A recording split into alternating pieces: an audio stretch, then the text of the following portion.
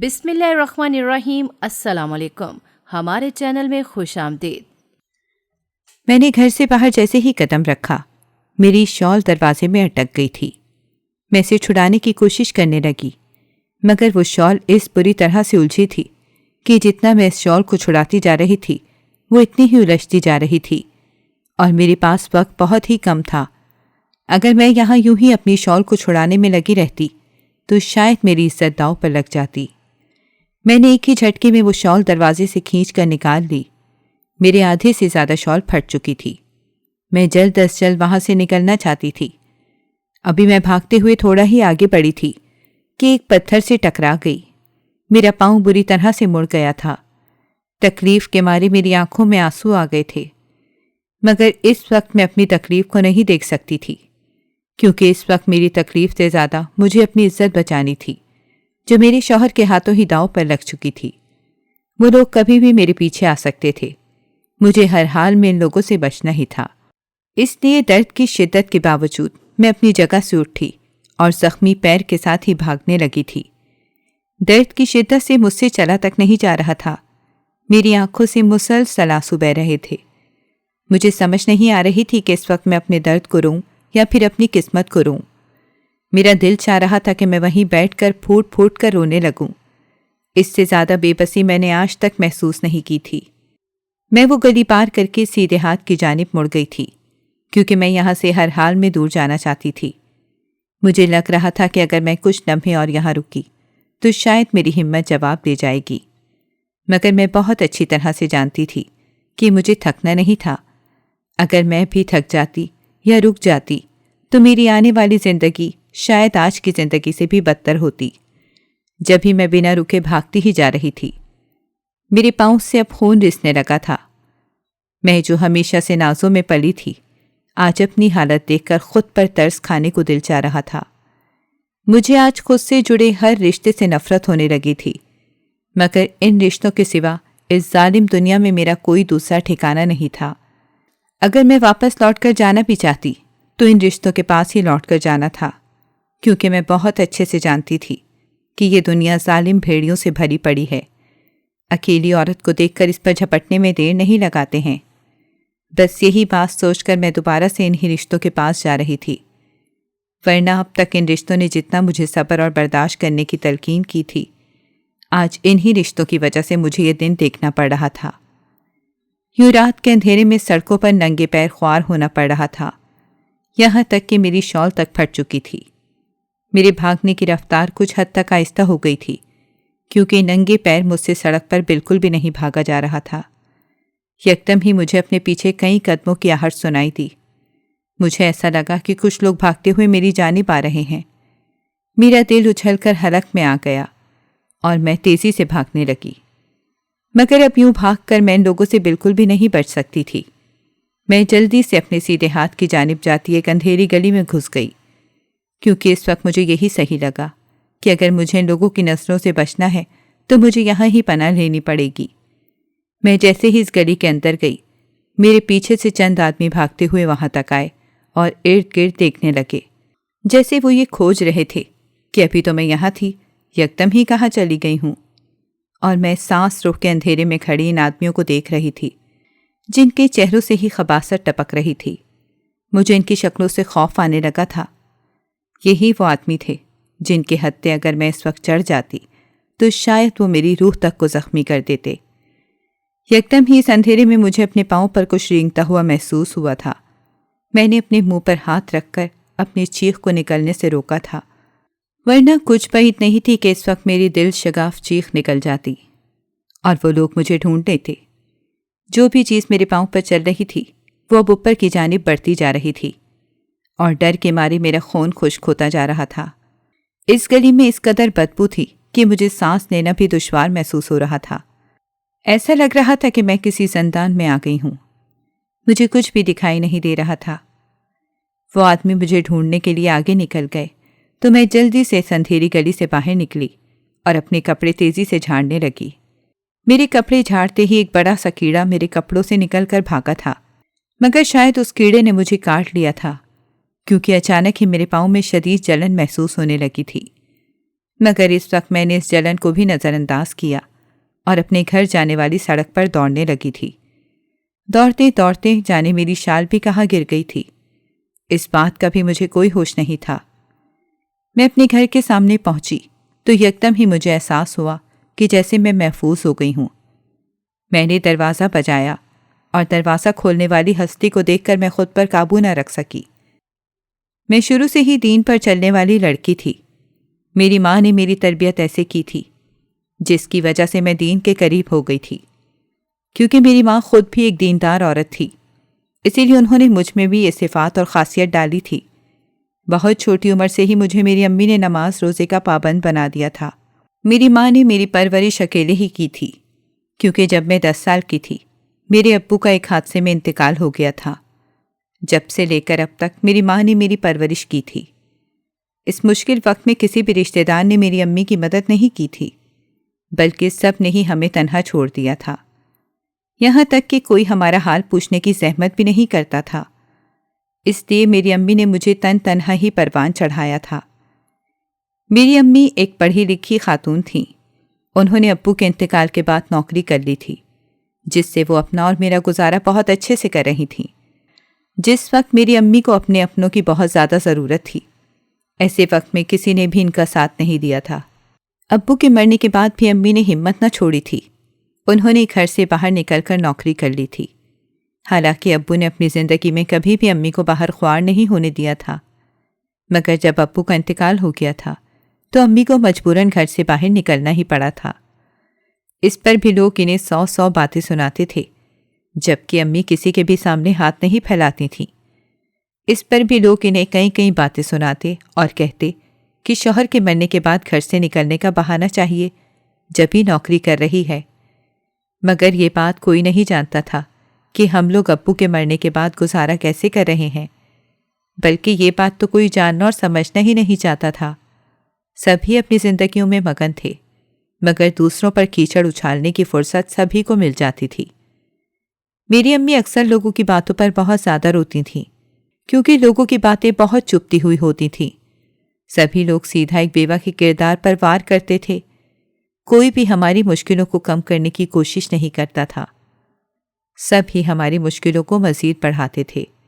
ان کی نظر میں ایک بیوہ کا گھر سے باہر کمانے کے لیے نکلنا اس کا بہت بڑا گناہ تھا، مگر کسی کو بھی اس بات سے کوئی سروکار نہیں تھا کہ جب ہمارے پاس کوئی کمانے والا ہی نہیں تھا تو ہم لوگ کیسے کھائیں گے۔ سبھی اپنی بولی بولتے تھے اور ہمیں ستانے میں سب نے ہی اپنا پورا حصہ ڈالا تھا۔ میں نے جب سے ہوش سنبھالا تھا، جب سے ہی اپنی امی کو گھر سے باہر کمانے کے لیے جاتے ہوئے دیکھا تھا، میرے ذہن میں میرے ابو کی دھندلی سی یادیں تھیں، جس کے سہارے میں اپنی زندگی گزار رہی تھی۔ میری ماں نے میری تربیت اعلیٰ خطوط پر کرنے کی کوشش کی تھی۔ انہوں نے مجھے نہ صرف دنیا کی تعلیم دلوائی تھی، بلکہ دین کی بھی تعلیم دلوائی تھی۔ میں نے قرآن حفظ بھی کر لیا تھا اور اب اپنی زندگی کو قرآن کے مطابق بسر کرنے کی کوشش کرتی تھی۔ میں نہیں چاہتی تھی کہ میری ماں کو میری وجہ سے کبھی بھی کسی مشکل کا سامنا کرنا پڑے، اسی لیے میں ہمیشہ سے ان کی فرما بردار ہی رہی تھی، کیونکہ میں بہت اچھے سے جانتی تھی کہ ابو کے انتقال کے بعد میری ماں نے کس طرح مجھے پالا پوسا اور پروان چڑھایا ہے۔ ایک وقت تھا جب سبھی لوگ ہمارے خلاف تھے۔ امی نوکری کرنے جاتی تھیں تو خاندان کے لوگ گھر میں آ کر امی کو باتیں سناتے تھے۔ ان لوگوں کو اس بات کی پرواہ نہیں تھی کہ جب ابو ہی زندہ نہیں رہے تو ہم لوگ کیسے رہیں گے، جبکہ ہمیں پالنے والا اور کھلانے والا ہی اس دنیا سے جا چکا تھا۔ اب کسی کو بھی اس بات کی فکر نہیں ہوتی تھی کہ ہم لوگ کہاں سے کھائیں گے۔ ہر کوئی امی کو باتیں سنانے آ جایا کرتا تھا۔ میرا ہوتا بچپن ہی یہ سب دیکھتے ہوئے گزرا تھا۔ حالانکہ امی نوکری پر جاتے ہوئے پردہ کیا کرتی تھیں، وہ ایک پردے دار اور دیندار خاتون تھیں، مگر پھر بھی لوگوں کو ان کے پردے سے کوئی مطلب نہیں تھا۔ بعض لوگ تو یہاں تک کہہ دیتے تھے کہ یہ پردے کی آڑ میں نوکری کرنا چاہتی ہے، جسے سن کر میری امی کا دل دکھ سے بھر جایا کرتا تھا، اور وہ کبھی کبھی یہ بات بھی سوچتی تھیں کہ کیا بیوگی کا وقت کاٹنا اس قدر مشکل ہے کہ اپنے بھی غیر بن جاتے ہیں۔ اور یہ وقت میری امی نے کس قدر مشکل سے کاٹا تھا، یہ بس وہی جانتی تھیں، ان کے سوا اور کوئی بھی یہ بات نہیں جانتا تھا۔ وہ تو شکر تھا کہ ابو نے یہ گھر اپنے مرنے سے پہلے ہی امی کے نام کر دیا تھا، ورنہ چاچو اس گھر کو لینے کے لیے بھی آئے تھے۔ جب امی نے انہیں یہ بات بتائی کہ یہ گھر ان کے بھائی کے نام نہیں ہے بلکہ ان کے نام ہے، جب کہیں جا کر وہ سکون سے بیٹھے تھے، ورنہ سب کو وہ یہی کہتے رہتے تھے کہ یہ گھر بھی ان کا ہے، اور امی کو بے سہارا اور بیوہ جان کر کوئی بھی ان کا ساتھ نہیں دیتا تھا۔ سب نے ہی امی کو اور مجھے بالکل ہی تنہا چھوڑ دیا تھا۔ یہ وقت ہم لوگوں نے جیسے کانٹوں پر بسر کیا تھا، مگر وہ وقت بھی گزر گیا تھا، مگر اپنی چھاپ چھوڑ گیا تھا، جس سے پیچھا چھڑانا ہمارے لیے بالکل بھی ممکن نہیں تھا۔ میری ماں نے میری تربیت بہت ہی مشکل سے کی تھی، اور یہ بات میں بہت اچھی طرح سے جانتی تھی، اسی لیے میں نے کبھی بھی اپنی امی کو اپنی طرف سے کوئی بھی شکایت کا موقع نہیں دیا تھا۔ بچپن سے لے کر آج تک میری امی نے جو بھی مجھے ہدایات کی یا جو بھی حکم دیا، میں نے ان کی بات کو آنکھیں بند کر کے مانا تھا، کیونکہ میں نے اپنی امی کی ساری قربانیاں دیکھی تھیں۔ میں نے انہیں لوگوں کی باتوں پر راتوں کو اٹھ اٹھ کر روتے ہوئے بھی دیکھا تھا، جب بھی میں اپنی امی سے بہت محبت کرتی تھی اور ان کی بہت زیادہ قدر کرتی تھی۔ میں اپنی امی کی کوئی بھی بات نہیں ٹالتی تھی۔ میری امی کی شدید خواہش تھی کہ میں قرآن پاک حفظ کروں، اس لیے لاکھ مشکلوں کے باوجود بھی میں نے قرآن پاک حفظ کر لیا تھا۔ میری امی مجھے اعلیٰ تعلیم دلوانا چاہتی تھیں۔ میں نے اپنی امی کی اس خواہش کا احترام کیا اور دل لگا کر پڑھنا شروع کر دیا۔ مجھے شروع سے ہی پڑھنے لکھنے کا شوق تھا۔ جب میں نے یہ دیکھا کہ امی کی بھی یہی خواہش ہے کہ میں پڑھ لکھ کر اپنی زندگی میں کسی مقام پر پہنچ جاؤں، تو میں نے مزید دل لگا کر پڑھنا شروع کر دیا۔ میں ہمیشہ سے ہی اپنی کلاس میں اول پوزیشن لیتی تھی، اور اس بات پر میری امی بہت زیادہ خوش ہوتی تھیں۔ جب میں پہلی پوزیشن لے کر گھر آئی تھی تو اس دن میری امی کی خوشی کا کوئی ٹھکانہ نہیں ہوتا تھا، اور میں اپنی ماں کو دیکھ دیکھ کر خوش ہوتی تھی۔ میری زندگی کی سب سے بڑی خوشی یہی تھی کہ میری ماں میری وجہ سے خوش رہے۔ میری امی کے مشکل وقت میں بھی جب سب لوگوں نے ہمارا ساتھ چھوڑ دیا تھا، تو ایسے وقت میں ان کی ایک دوست نے ان کا بہت ساتھ دیا تھا۔ ابو کے انتقال کے بعد جب ہمارے گھر میں کھانے کو کچھ نہیں تھا، تو امی کی وہی دوست اپنے گھر سے روز ہی کچھ نہ کچھ بنا کر ہمارے گھر بھیج دیا کرتی تھیں، اور اس کھانے سے روز ہی میں اور امی اپنا پیٹ بھرا کرتے تھے۔ جب تک امی کی عدت مکمل نہ ہوئی تھی، امی کی وہی دوست روز ہی کھانا ہمارے گھر بھجوایا کرتی تھیں۔ یہ اس وقت میں ان کا بہت بڑا احسان تھا، کیونکہ امی کی ساری جمع پونجی ابو کی بیماری پر لگ گئی تھی، اور جو باقی بچی تھی وہ ابو کی تدفین پر لگ گئی تھی، اور اب امی کے پاس کچھ بھی نہیں بچا تھا۔ اس وقت بھی امی نے کسی کے سامنے ہاتھ نہیں پھیلائے تھے، مگر امی کی وہ دوست ہمارے گھر کے حالات اچھے سے جانتی تھیں۔ جبھی وہ بنا کچھ بھی کہے خاموشی سے امی کی مدد کر دیا کرتی تھیں۔ جب تک امی عدت میں رہیں، انہوں نے ہی ہماری مدد کی تھی۔ امی ان کا بہت احسان مانتی تھیں، اور مجھ سے بھی کہتی تھیں کہ میں ہمیشہ ان کے ساتھ عزت سے پیش آؤں، اور وہ جب بھی ہمارے گھر آئیں انہیں بہت عزت سے بٹھایا۔ میں نے اپنی امی کی یہ بات گرہ سے باندھ لی تھی۔ جب بھی وہ عورت ہمارے گھر آتی تھی، میں ان کے ساتھ بہت ہی زیادہ عزت اور احترام سے پیش آتی تھی۔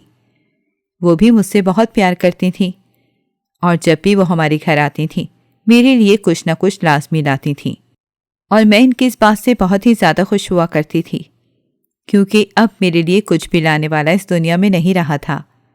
میں بس سب کی طرف حسرت سے دیکھا کرتی تھی۔ جب تک امی عدت میں بیٹھی رہیں، امی کی دوست نے ان کی بہت مدد کی۔ عدت سے نکلنے کے بعد امی نے فیصلہ کیا کہ وہ اب مزید ان پر بوجھ نہیں بنیں گی۔ جب امی نے گھر سے نکل کر نوکری ڈھونڈنے کا فیصلہ کیا تو اس میں بھی انہوں نے بہت مدد کی تھی۔ جہاں بھی امی انٹرویو دینے جاتی تھیں وہاں وہ لازمی کوشش کرتی تھیں کہ امی کی نوکری لگ جائے، کیونکہ وہ اچھے کھاتے پیتے گھرانے سے تعلق رکھتی تھیں اور ان کا اثر و رسوخ بہت زیادہ تھا۔ جب ہی ان کی کوششوں کی وجہ سے آخرکار امی کی بہت اچھی نوکری لگ گئی۔ ابو کے انتقال کے بعد امی میں بالکل بھی ہمت نہیں تھی کہ وہ ابو کے بعد اس دنیا کا اکیلے اور تنہا سامنا کر سکیں، مگر امی کی دوست نے ہی ان کا حوصلہ بڑھایا تھا اور انہیں اپنے پیروں پر کھڑے ہونے کا حوصلہ دیا تھا۔ یوں ان کے اس طرح حوصلہ دینے سے ہی ہماری زندگی آسان ہو سکی تھی، ورنہ ابو کے انتقال کے بعد تو امی پیسے کو محتاج ہو گئی تھیں۔ امی کے نوکری کرنے کے بعد ماموں نے بھی امی کا ساتھ چھوڑ دیا تھا، کیونکہ وہ بھی امی کے نوکری کرنے کے خلاف تھے۔ وہ نہیں چاہتے تھے کہ ان کی بہن کمانے کے لیے گھر سے باہر نکلیں، مگر دوسری جانب ماموں بھی ہم دونوں کی ذمہ داری نہیں اٹھا رہے تھے، بلکہ مامی تو ابو کے انتقال پر ہی امی کو صاف صاف بول چکی تھیں کہ اب ان کے شوہر کا انتقال ہو گیا ہے اور اب انہیں اپنی زندگی کی گاڑی خود ہی گھسیٹنی ہے۔ اس کے لیے وہ ماموں کی طرف بالکل بھی نہیں دیکھیں، کیونکہ ان کے اپنے گھر کے خرچے پورے نہیں ہو رہے ہیں تو وہ ہمارا خرچہ کیسے اٹھائیں گے؟ اس لیے امی نے سبھی لوگوں سے امید بالکل ہی چھوڑ دی تھی، مگر لوگوں کو کسی بھی حالت میں چین نہیں تھا۔ میرے ابو کے انتقال کو کافی سال گزر چکے تھے۔ اس تمام عرصے میں چند ہی رشتہ دار تھے جو ہم سے ملنا جلنا پسند کرتے تھے۔ اب میں بڑی ہو گئی تھی اور میری شادی کی عمر بھی ہو گئی تھی، مگر خاندان سے اب تک میرے لیے کوئی بھی رشتہ نہیں آیا تھا، اور میری امی اس انتظار میں بیٹھی تھیں کہ میرے لیے خاندان سے رشتہ آئے تو وہ میری شادی کر سکیں۔ مگر خاندان میں سبھی لوگ ہمارے خلاف اس لیے تھے کیونکہ میری امی گھر سے باہر نکل کر نوکری کر رہی تھیں، اس لیے کوئی بھی ایسی ماں کی بیٹی سے رشتہ نہیں کرنا چاہتا تھا۔ میری پڑھائی بھی ختم ہو گئی تھی، اب امی ہر حال میں میری شادی کرنا چاہتی تھیں، مگر خاندان سے میرے لیے کوئی رشتہ آتا ہی نہیں تھا، اور جو رشتے میرے لیے آ رہے تھے وہ سب خیروں سے آ رہے تھے، اور امی خیروں میں میری شادی بالکل بھی نہیں کرنا چاہتی تھیں، کیونکہ میں ان کی اکلوتی اولاد تھی اور وہ نہیں چاہتی تھی کہ میں شادی کر کے غیروں میں جاؤں۔ مگر خاندان سے میرے لیے کوئی رشتہ آنا جب کی بات تھی۔ امی کے دن رات اسی پریشانی میں گزر رہے تھے۔ ایک دن امی کی وہی دوست امی سے ملنے کے لیے ہمارے گھر آئیں۔ امی اور میں نے ہمیشہ کی طرح انہیں بہت ہی عزت اور احترام سے گھر میں بٹھایا۔ ہر بار کی طرح وہ خالی ہاتھ ہمارے گھر نہیں آئی تھیں، مگر اس بار وہ مٹھائی لے کر ہمارے گھر آئی تھیں۔ امی نے مجھے ان کے لیے چائے بنانے کے لیے بھیج دیا تھا، اور وہ دونوں خود سر جوڑ کر بیٹھ کر باتیں کرنے لگی تھیں، اور پھر وہ جاتے ہوئے میرے ہاتھ پر کچھ پیسے زبردستی رکھ گئی تھیں۔ ان کے جانے کے بعد میں نے امی سے پوچھا کہ وہ مٹھائی کیوں لے کر آئی تھیں، تو امی نے مجھے کہا کہ وہ اپنے بیٹے کے لیے تمہارا رشتہ لے کر آئی تھیں۔ میں امی کی یہ بات سن کر حیرت زدہ رہ گئی تھی، کیونکہ ان کا بیٹا ابھی حال ہی میں امریکہ سے آیا تھا، اور امی کو اس بات کی بالکل بھی امید نہیں تھی کہ وہ اپنے اتنے ہونہار اور قابل بیٹے کے لیے میرا رشتہ مانگنے کے لیے آئیں گی۔ امی نے ان کے بیٹے کو کافی سالوں پہلے دیکھا تھا جب وہ یہاں رہتا تھا، مگر پھر بعد میں ان کا بیٹا پڑھنے کے لیے امریکہ چلا گیا، اور اب کئی سالوں بعد وہ لوٹ کر یہاں واپس آیا تھا، مگر اتنی جلدی وہ میرا رشتہ لے کر آ جائیں گی، اس بار میری امی نے سوچا بھی نہیں تھا۔ اس رشتے کے آنے سے امی بہت زیادہ خوش تھیں، کیونکہ امی جیسا رشتہ اور گھرانہ میرے لیے چاہتی تھیں، انہیں ویسا ہی رشتہ میرے لیے مل رہا تھا۔ امی نے مجھ سے میری مرضی پوچھی تو میں نے سب کچھ ان پر چھوڑ دیا، کیونکہ میرا اپنا کوئی فیصلہ نہیں تھا۔ میری زندگی کا جو بھی فیصلہ تھا وہ امی نے ہی کرنا تھا۔ میں امی پر سب کچھ چھوڑ کر مطمئن ہو گئی تھی۔ کچھ دن سوچنے کے بعد میں نے امی سے اس رشتے کے لیے حامی بھر لی۔ یوں بہت جلد ہی میری بات طے ہو گئی اور سیدھا میری شادی کی تاریخ رکھ دی گئی، کیونکہ ان کو شادی کی بہت جلدی تھی، اور انہوں نے امی سے صاف کہہ دیا تھا کہ وہ 1 مہینے میں ہی شادی کریں گی، اور امی ان کے سامنے کچھ نہیں بول سکی تھیں۔ اور ویسے بھی امی کو اس سب پر بالکل بھی اعتراض نہیں تھا۔ امی ہمیشہ سے ہی اپنا ہر فیصلہ اپنی دوست کی مرضی کے مطابق ہی کرتی تھیں، اور اب جب آج کے میں ان کے گھر ہی جا رہی تھی تو امی بالکل ہی بے فکر ہو گئی تھیں۔ جلدی جلدی میری شادی کی تیاریاں ہونے لگی تھیں۔ امی نے میری جہیز کے لیے بہت کچھ جوڑ رکھا ہوا تھا، اور امی کی نوکری بھی بہت اچھی تھی، جس کی وجہ سے امی نے اتنا پیسہ جمع کر لیا تھا کہ وہ میری شادی بہت دھوم دھام کے ساتھ کر سکتی تھیں۔ گھر میں میری شادی کی تیاریاں شروع ہو چکی تھیں، اور امی میرے لیے سب کچھ بہت ہی اعلیٰ خرید رہی تھیں۔ وہ نہیں چاہتی تھی کہ میری شادی میں کسی بھی قسم کی کوئی کمی ہو، اور مجھے رہ رہ کر ابو کی کمی کا شدت سے احساس ہو رہا تھا، اور میں بس یہی سوچے جا رہی تھی کہ اگر آج ابو ہوتے تو وہ کس قدر خوش ہوتے۔ آج امی کو جو یوں ایک ایک کام کے لیے باہر جانا پڑتا ہے، یہ ساری ذمہ داریاں ابو سنبھال لیتے، مگر ہم لوگ یہ سب صرف سوچ ہی سکتے تھے اور ملال کر سکتے تھے، کیونکہ قسمت کے لکھے ہوئے کو کوئی بھی نہیں پلٹ سکتا ہے۔ جو ہماری قسمت میں لکھا ہوتا ہے وہی سب کچھ ہمیں مل کر رہتا ہے، اور جو ہماری قسمت میں نہیں لکھا ہوتا وہ ہمارے ہاتھ سے بھی چلا جاتا ہے۔ امی اور میں ایک دوسرے سے چھپ چھپ کر ابو کو یاد کر کے رو رہے تھے، کیونکہ جب تک ابو زندہ تھے، جب تک غیر بھی اپنے تھے، اور جب ابو کا انتقال ہو گیا تھا تو اپنے بھی خیر بن گئے تھے۔ اس بات پر امی کا دل بہت ہی زیادہ کڑتا تھا، مگر امی نے ہمیشہ صبر سے کام لیا تھا۔ میں نے امی کو کبھی نہیں دیکھا تھا کہ انہوں نے کبھی کسی کی بات کی شکایت کی ہو یا پھر کسی بات پر اللہ کی ناشکری کی ہو۔ امی ہمیشہ ہر حال میں اللہ کا شکر ادا کرتی تھیں اور اس بات کی مجھے بھی تلقین کرتی تھیں کہ جس حال میں بھی رہو ہمیشہ اس رب کا شکر ادا کرتی رہو، اور میں امی کی اس بات پر عمل کرنے کی کوشش کرتی تھی۔ 1 مہینے کے اندر اندر میری شادی ہو گئی اور میں بیاہ کر اپنے سسرال آ گئی۔ سسرال میں میرا بہت ہی پرتپاک استقبال ہوا تھا، مگر وقت رخصتی مجھے بس اسی بات کی فکر تھی کہ میرے جانے کے بعد میری امی اکیلی رہ گئی ہیں، مگر یہ تو دنیا کی ریت تھی اور مجھے ہر حال میں نبھانی ہی تھی۔ جبھی میں بھی اپنی ماں کو اکیلے چھوڑ کر سسرال آ گئی، میرے دل میں ہزاروں اندیشے تھے، مگر جب سسرال آ کر اپنے سسرال والوں کا رویہ دیکھا تو میرے دل سے سارے اندیشے دور ہو گئے۔ سبھی لوگ وہاں مجھ سے بہت زیادہ پیار کرتے تھے اور میری ساس تو مجھ پر جان چھڑکتی تھی، مگر مجھے میرے شوہر کا رویہ سمجھ میں نہیں آتا تھا۔ شادی کے شروع دن سے ہی ان کا مزاج میرے ساتھ بہت ہی اکھڑا ہوا تھا اور مجھے ان کے اس مزاج کی وجہ سمجھ نہیں آتی تھی۔ ابھی میری شادی کو صرف 1 ہفتہ ہی گزرا تھا، مجھے اندازہ ہو گیا تھا کہ میرے شوہر بہت عجیب ہی فطرت اور مزاج کے مالک ہیں۔ راتوں کو دیر سے گھر آنا ان کا مشغلہ تھا۔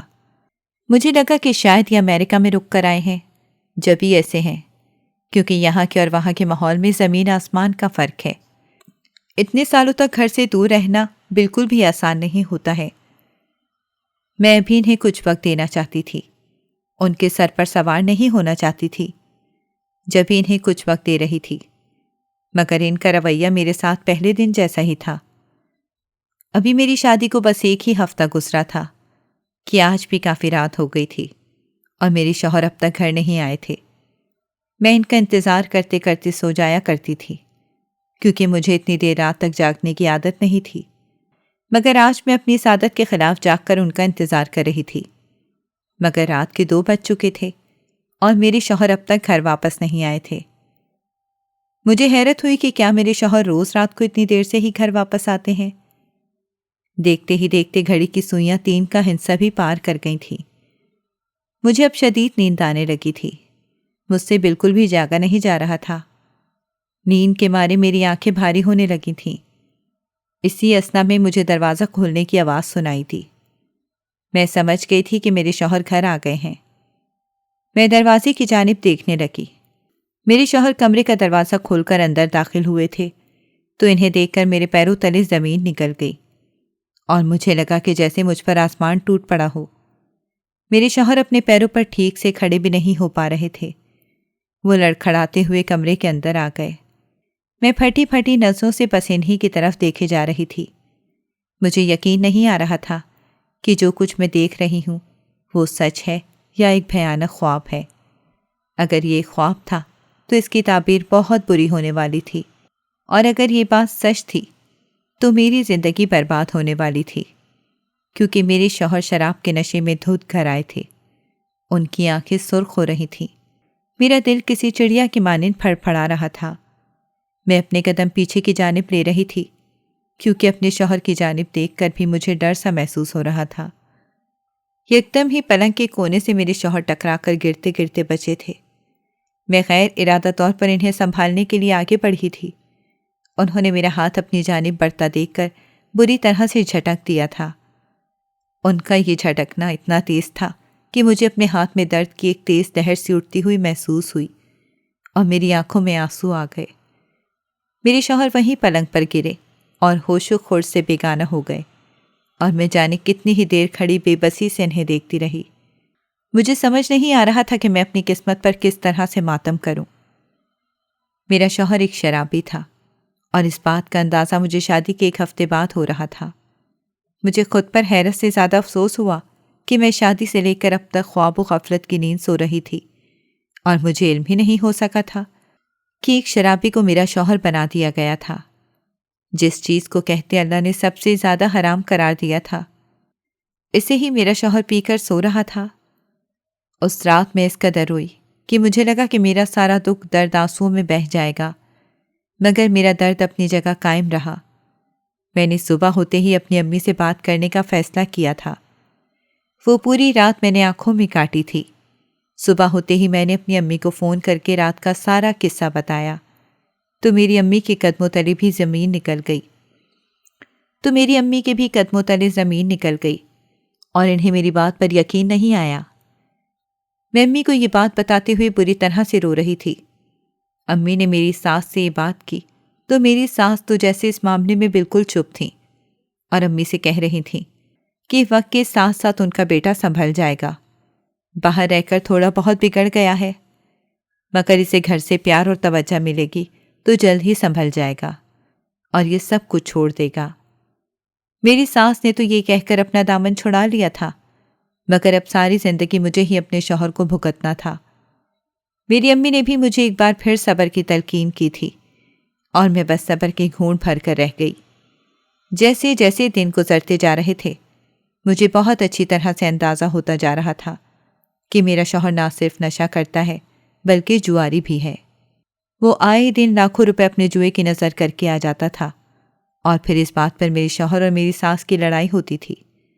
میری ساس تو انہیں سمجھا سمجھا کر تھک گئی تھیں کہ وہ یہ سب کچھ چھوڑ دیں اور اپنی زندگی میں سنجیدہ ہو جائیں، مگر میرے شوہر امریکہ میں زندگی گزار کر بری طرح سے بگڑ چکے تھے۔ اب ان کے سدھار کا کوئی بھی راستہ نہیں تھا۔ میں انہیں سمجھانے کی کوشش کرتی تو وہ مجھ پر بھی ہاتھ اٹھانے سے نہیں چوکتے تھے۔ میری زندگی تو جانوروں سے بھی بدتر ہو چکی تھی۔ میں اپنی امی سے اپنے شوہر کی شکایت کرتی تو وہ مجھے ہمیشہ کی طرح صبر کرنے کی تلقین کرتی تھیں، کیونکہ وہ یہ بالکل بھی نہیں چاہتی تھیں کہ میں یہ گھر چھوڑ کر آ جاؤں اور میرا گھر برباد ہو جائے۔ وہ ہر حال میں میرا گھر بسائے رکھنا چاہتی تھیں، اس لیے بس ہر وقت مجھے صبر کی تلقین کرتی رہتی تھیں۔ میں اپنی زندگی میں بہت ہی تنگ آ چکی تھی۔ میں مایوس نہیں ہونا چاہتی تھی، مگر میرے شوہر کے رویے نے مجھے بہت ہی زیادہ مایوس کر دیا تھا۔ میں اب ہر نماز میں یہی دعا کرتی تھی کہ یا تو مجھے موت آ جائے یا پھر میرا شوہر سدھر جائے، مگر یہ دونوں ہی باتیں مجھے ممکن نہیں لگتی تھیں، کیونکہ میری زندگی وقت کے ساتھ ساتھ بدتر ہوتی جا رہی تھی۔ میرا شوہر نشہ کر کے آتا اور ہوتی رات مجھ پر ظلم کرتا تھا اور میرے پاس سوائے رونے کے اور کوئی راستہ بھی نہیں ہوتا تھا۔ ایک دن میری ساس نے مجھے بتایا کہ وہ کچھ دنوں کے لیے اپنی بہن کے پاس دوسرے شہر جا رہی ہیں۔ ان کے جانے کا سن کر میرا دل خوفزدہ ہو گیا، کیونکہ ان کے یہاں ہونے سے مجھے بہت سہارا تھا، اور اب اگر وہ چلی جاتی تو اس گھر میں بالکل ہی تنہا رہ جاتی تھی۔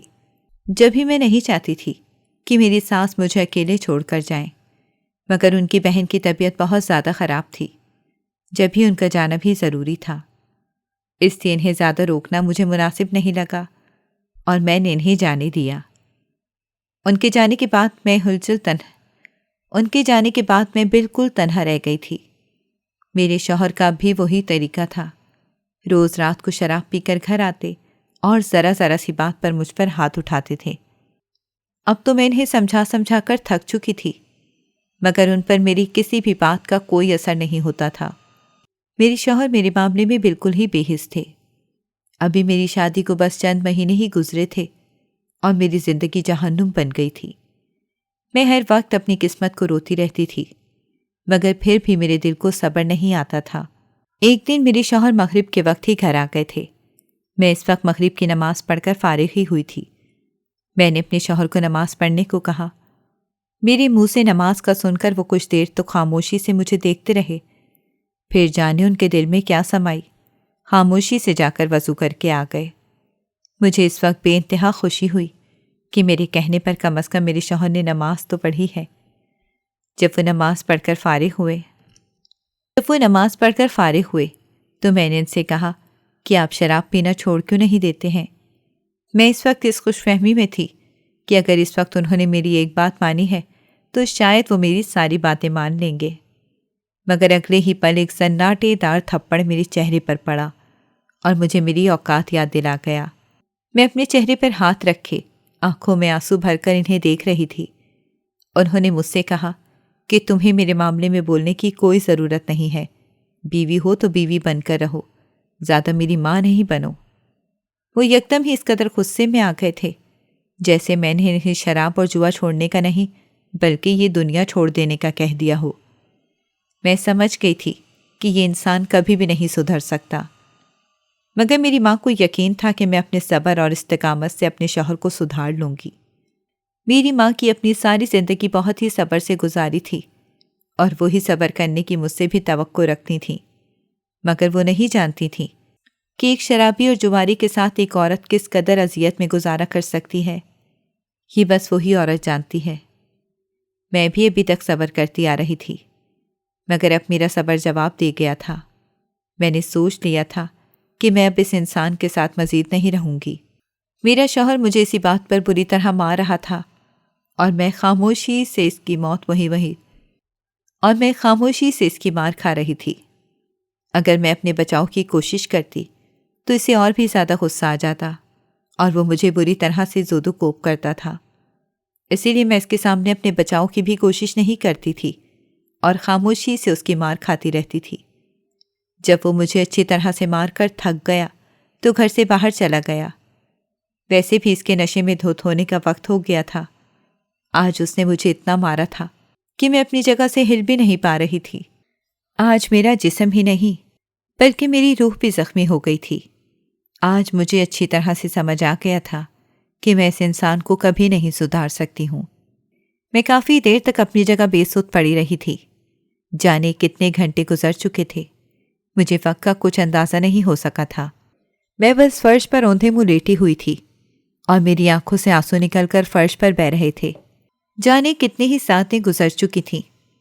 عشاء کی اذان بھی جانے کتنے گھنٹے پہلے ہو چکی تھی۔ میں اپنے زخموں سے چور بدن کو سنبھالتے ہوئے اپنی جگہ سے اٹھی اور عشاء کی نماز کے لیے وضو کرنے چلی گئی۔ وضو کرتے ہوئے میرے چہرے کے زخموں پر بری طرح سے جلن ہو رہی تھی۔ آنسو اور پانی مل کر ان زخموں میں بری طرح سے جلن پیدا کر رہے تھے۔ میں عشاء کی نماز پڑھنے کھڑی ہوئی تو آنسو جھڑیوں کی صورت بہنے لگے۔ آج مجھے خود پر اور اپنی حالت پر بری طرح سے ترس آ رہا تھا۔ میں نماز پڑھنے کھڑی ہوئی تو اللہ کے سامنے کھڑے ہوتے ہی میں ہچکیوں سے رونے لگی تھی۔ ابھی میں عشاء کی نماز پڑھ کر سلام پھیرا ہی تھا کہ اچانک مجھے دروازہ کھلنے کی آواز سنائی دی۔ میں نے گھڑی میں وقت دیکھا تو گھڑی رات کے 2 بجا رہی تھی۔ مجھے حیرت ہوئی کہ آج میرے شوہر جلدی گھر واپس آ گئے ہیں، مگر میرے دل میں شوہر کے لیے اس وقت نفرت کے سوا اور کوئی بھی جذبات نہیں تھے۔ میں نے دعا کے لیے ہاتھ اٹھا لیے۔ یکدم ہی کمرے کا دروازہ کھلا اور میری شوہر لڑکھڑاتے قدموں کے ساتھ کمرے میں داخل ہوئے، مگر اگلے ہی لمحے میرے سر پر آسمان گر پڑا، کیونکہ آج میرے شوہر اکیلے نہیں تھے بلکہ ان کے ساتھ 3 آدمی اور بھی تھے جو میرے شوہر کو سہارا دے کر کمرے میں لا رہے تھے۔ میں ان 3 آدمیوں کو اچانک اپنے کمرے میں دیکھ کر اپنی جگہ کانپ کر رہ گئی تھی۔ میں بس پھٹی پھٹی نظروں سے ان آدمیوں کو دیکھ رہی تھی۔ انہوں نے میرے شوہر کو پلنگ پر لٹایا۔ میں سمجھ گئی تھی کہ آج میرے شوہر نے اس قدر شراب پی لی ہے کہ وہ اپنے ہوش و حواس کھو بیٹھا ہے اور اسے پہنچانے کے لیے اس کے دوست گھر پر آئے تھے۔ میں بس سانس روکے کھڑی ان آدمیوں کو دیکھ رہی تھی۔ وہ آدمی میرے شوہر کو لٹا کر میری طرف متوجہ ہو چکے تھے۔ مجھے ان کی آنکھوں سے شیطانی اور خباثت ٹپکتی ہوئی صاف محسوس ہو رہی تھی۔ وہ آدمی مسکراتے ہوئے میری جانب بڑھ رہے تھے اور ایک دوسرے سے کہہ رہے تھے کہ یار اس کی بیوی کس قدر خوبصورت ہے، دیکھ اس نے ہمیں اتنے عرصے تک چھپا کر رکھی ہے۔ میں ان کے منہ سے یہ سب باتیں سن کر سر سے پیر تک پسینے میں ڈوب گئی۔ میرے پاس ان سے بچنے کا کوئی راستہ نہیں تھا۔ ان تینوں نے مجھے چاروں طرف سے گھیر لیا تھا۔ اگر میں اس وقت اپنی ہمت چھوڑ دیتی تو شاید میں ان آدمیوں کی غلاظت کا نشانہ بن جاتی۔ اس لیے میں نے اپنی آخری سانس تک خود کے بچاؤ کا سوچا، کیونکہ میں اس طرح سے اپنی عزت داؤ پر نہیں لگا سکتی تھی۔ اس لیے وہ آدمی جیسے ہی ایک دوسرے سے باتیں کرنے لگے، میں ایک آدمی کو دھکا دے کر بجلی کسی تیزی سے اپنے کمرے سے نکلی اور کمرے سے باہر نکل کر باہر سے کمرے کی کنڈی لگا دی اور تیزی سے گھر سے باہر بھاگی۔ مجھے آج ہر حال میں اپنی عزت بچانی تھی، کیونکہ جو میری عزت کا محافظ تھا وہ تو شراب کے نشے میں دھت کمرے میں پڑا تھا اور میں یہاں اپنی عزت بچانے کے لیے رات کے اندھیرے میں سڑک پر نکل آئی تھی۔ وہ لوگ میرے پیچھے بھاگتے ہوئے آئے تھے۔ مجھے ہر حال میں اپنی عزت بچانی ہی تھی۔ آخر کار میں بھاگتے ہوئے اپنے گھر کے دروازے پر آ رکی تھی۔ میری سانس بری طرح سے پھول رہی تھی اور آنکھوں سے آنسو رواں تھے۔ میں نے اپنے گھر کا دروازہ بجایا اور جب میری ماں نے دروازہ کھولا تو اس وقت مجھے لگا کہ جیسے میں انتہائی محفوظ جگہ پر آ گئی ہوں۔ اس وقت مجھے سمجھ نہیں آ رہا تھا کہ ان درندوں سے بچ جانے پر میں شکر ادا کروں یا پھر اس طرح رات کے اندھیرے میں اپنی عزت کے جانے کے خوف سے روں۔ میں اپنی ماں کے گلے لگ کر بری طرح سے رو دی۔ مجھے اس طرح روتا دیکھ کر میری امی بھی گھبرا گئی تھی۔ میں نے انہیں آنسوؤں کے درمیان میں پوری کہانی سنائی۔ وہ بھی رونے لگی تھیں۔ وہ مجھ سے ہاتھ جوڑ کر معافی مانگ رہی تھیں کہ آج ان کی وجہ سے مجھے یہ سب کچھ دیکھنا پڑا ہے۔ میرا پورا وجود بری طرح سے کانپ رہا تھا۔ میں نے اب فیصلہ کر لیا تھا کہ واپس لوٹ کر اپنے شوہر کے پاس نہیں جاؤں گی۔ میں نے جب یہ فیصلہ اپنی ماں کو سنایا تو انہوں نے بھی میرے فیصلے کی تائید کی۔